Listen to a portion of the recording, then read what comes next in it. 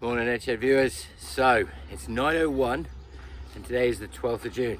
So it's the day before the car is due to be finished.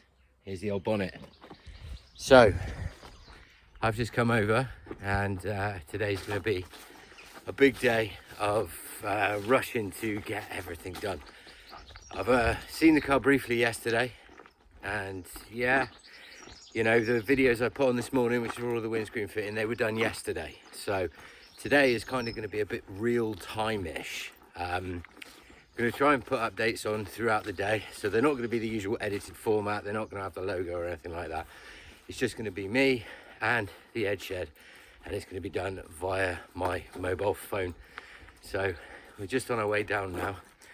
He said he was going to be up bright and early this morning. So we're going to see how we've got on, whether or not he's up and out and busily hacking away through things. Shed's closed. Okay, I'll come back to you. Just remember, check out those videos this morning of when the windscreen was being fitted. A couple of them went on very early.